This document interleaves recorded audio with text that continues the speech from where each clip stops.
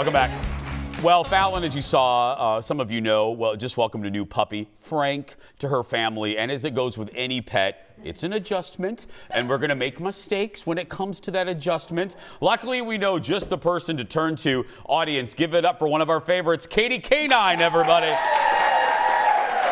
Hello, friend. Hey, you. How you doing? Love the new set. You look great, too. I mean, looking at that tease that we just had you, I'm like, oh, my God, the lighting. You look gorgeous, friend. Thank you. Okay, let's get right to it because we never have enough time with you. Top mistakes people like Falen, and I'm not pointing her out. But it's true. It's true, though. Top mistakes people make when training puppies. Oh, you got a list 5 miles long. The number one thing is kennels. Everybody is so scared of a kennel. I don't want to put my dog in jail. Okay, that kennel is going to be your savior for your sanity. Okay, so because puppies are, attention span of a gnat, and they're into everything. And you can't always, you got to do life. You got to leave the house. So the most important thing is to kennel train the dog. Okay, and I prefer the plastic crates, not the wire crates. Can you explain why this is important? Because dogs are denning animals, and they want their back covered. That's what nature installs in them, is to find. That's why they go under tables, behind couches. Their back is covered for safety. And so in the all wires, it's like, in the people, they're like, oh, look, you can see you're not really in a kennel. The dog is like, oh my God, I'm gonna get killed. Someone's gonna come here and get me. And so that's why I prefer the plastic. Plus the wire, if you put your head in it and hit it with your shoulders, it's very tinny. Okay. And dogs hear 300 times better than we do. And so to them, it's like, what was that? What was that? It freaks them out. Oh, it does. And so I say, if you got a wire one, put like 3/4 inch plywood on the top so that it puts weight on it, and then like shove it in the corner so this side is covered and the back is covered, so only the front and the side is open, so it feels more denning. Next. Yeah. Believe me, I've done this with every. She's right. I know you preach this. Giving too much freedom in the house is a big mistake. Why? Yeah, because they're not potty trained yet. Your house is the toilet. They don't know what they're supposed to do with it. When they're born, it's just like mom took care of it, which is kind of a yucky thing to think about. Yeah. But anyway, and so you don't give them freedom in the house until they are potty trained. And potty training is a whole thing. You've got to teach them what it's called and where to put it.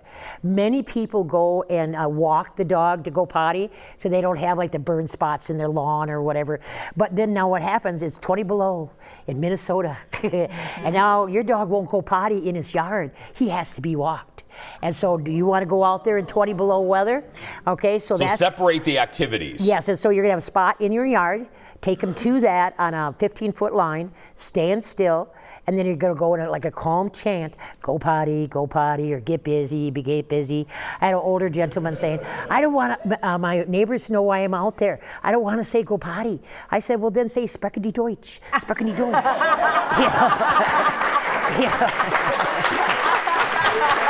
So, yeah. That's what Jeff says to me when he takes me out after the show. Yeah, every day. And the thing is, the maximum time outside for potty training is 2 minutes. Okay, whereas otherwise you create a putzer. If you walk around with them, they're just sniffing what came through the night. So you stand still. This is the potty area. You stand still, and in a calm chant, go potty, or get busy, or sprechen die Deutsch. But anyway, and so then when they go, very calmly go, good potty, very nice. Don't use treats, because what happens is that the dog over time all of a sudden splashes and then races back for the treat. He's not done yet. So then you bring him in, and all of a sudden you turn around, boop, there it is. Yeah. And so you want them to learn to just get out there, be calm about it, and go from there. We're talking mistakes that you make training your puppy. I learned this the last time. Too long of walks can be a mistake. Why? Puppies' joints don't seal until 18 months to 2 years. Their bones are, if you see x-rays, they kind of like, they're floating, okay? And so that constant pressure of walking with you is hard on their joints, and so the joints won't seal tightly, okay? You'll have an early arthritic dog. Same with pitching it, because people want to get rid of that puppy energy. Sorry, folks, that's what puppies do. Yeah. And so you want to mind drain them, not physically drain them. So it goes on 4 months, you say 4 months? Okay, so 4 months is 4 blocks. That's 2 out, 2 black. Okay. Okay, then you wait an hour, 2 hours, you could take them back out for another walk, okay? But not that steady beat like that. And then like throwing something, you lob it, so they trot out to get it, pick it up and trot it back. But don't whip it, because now they power off their ACLs and their hips to go get it, slam on the brakes, spin, and come back to you, and their joints aren't sealed. You're putting undue work on their joints. Wow. Fallon, how many of these mistakes are you making? Well, we haven't done the treats with the potty yet, but we do let him linger, and he starts eating wood, so that's exciting. And he does have, because my husband works from home, the free reign of the house. Now, he does typically just sit like this on Jake all day. However, I do agree, like, he doesn't know, and so he's had a few accidents. We're good about, since my husband works from home, taking him out very consistently. But yeah, there are definitely some things I could work on. But what you don't want to do is take them out too often, because then they don't get bladder control. So what you want to do is the first thing when they wake up in the morning, you should get a piddle and a doo-doo. Right when they wake up from a nap, right when he gets off from here, he's going to want to go, because he's been rested for a while. Jason's looking at me with his eyes like, if he goes on this set, I'll kill you. No, Fallon, I'm not thinking that at all. And so right when they, like I say, right when they wake up, right when they wake up from a nap, right when 5-10 minutes after they get done eating, and right after they get done playing. That's the main time to take them out to go potty. But allowing them to have the house, you know, where's the dog? Oops. Right there. And this is one thing that still is out there, and I still don't believe it. People that will drag their dog back to the spot and give them the what for. You know, shame on you, what did you do that? You know, the dog, once they piddle or whatever, and they go forward, they're into the next moment of time. So by you dragging him back to the spot, he just knows you're mad at him, and he doesn't put 2 and 2 together. They don't know. No. More tips with Katie when we come back. Back in a moment. I can't get over the clapping. I know. We love it when Katie K-9's here. Well, Katie's here. Katie K-9's here sharing her expertise on dog training. We're going to get some audience questions in a minute. But Katie, let me ask you, one of the things that I'm dealing with or had dealt with Milo was barking and nipping, something that a lot of puppies, you say no spray bottle to get rid of that, right? Well, you take a spray bottle, like the smaller ones, fill it with water, set it on stream, and as the dog come in to bite you, you're going to give a deep growl, blast them in the face and go, no bite. The deeper and lower you are, the more deep doo-doo your dog's in. Okay, if they're barking, as they're barking, you go, that gets their attention, blast them in the face with the water, and then quiet. And as soon as they quiet, now remember, we don't want to say good boy or good girl. Because that over time gets them into the ditzy, let's play, or let's roll. So anytime the dog does something well, just call me, say, thank you. Or very nice, very nice. Be calm and steady. Because when you go, good boy, then most dogs go, wow! And then they forget what they're trying to be learning. So. We have some questions from the audience. This is Zach. Zach, what's your question for Katie? I have a 2-year-old pit bull American bully mix, and one of the bad habits that she has is she will sometimes have little accidents on the couch. Just by laying there, we get up to go and do something, and then she'll have a little accident on the couch. What tips do you have to, maybe stop that or prevent it from happening? Well, she's 2 years old? Yeah. And does she do it, like if she's laying any place else in the house, does she leak? No. It's just the couch. Okay, okay. Then right now she's gonna be off the couch. Don't put her up there.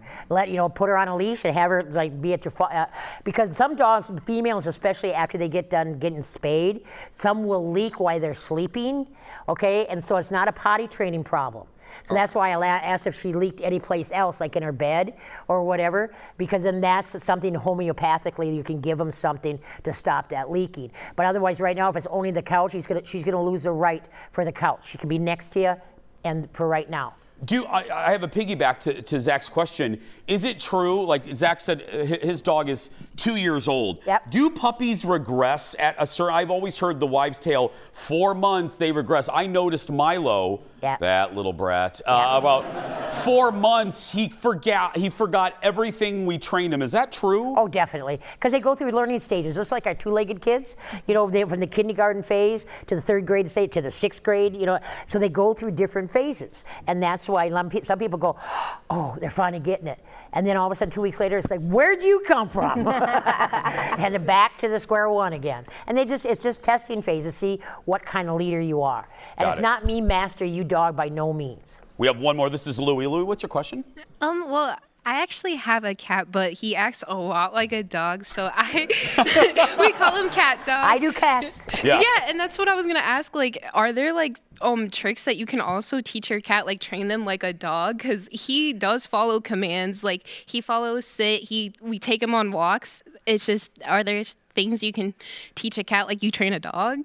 You can teach them words. All my cats, you know why cats come to hear kitty kitty? Because everybody calls them kitty kitty. They don't call them by their name. I've got 5 cats. I can go out on the farm and I can call them one by one, and I get the one I'm calling. Because if you stay with the name on the cat, they understand so they can understand words. So it's whatever you want to work with them. And usually cats, you do have to use treats, because that you have to fixate them. But yeah, and some cats just have a natural ability. Most of my guy cats, they're kleptos. They will go in the bathroom and take my necklaces or whatever and go hide them.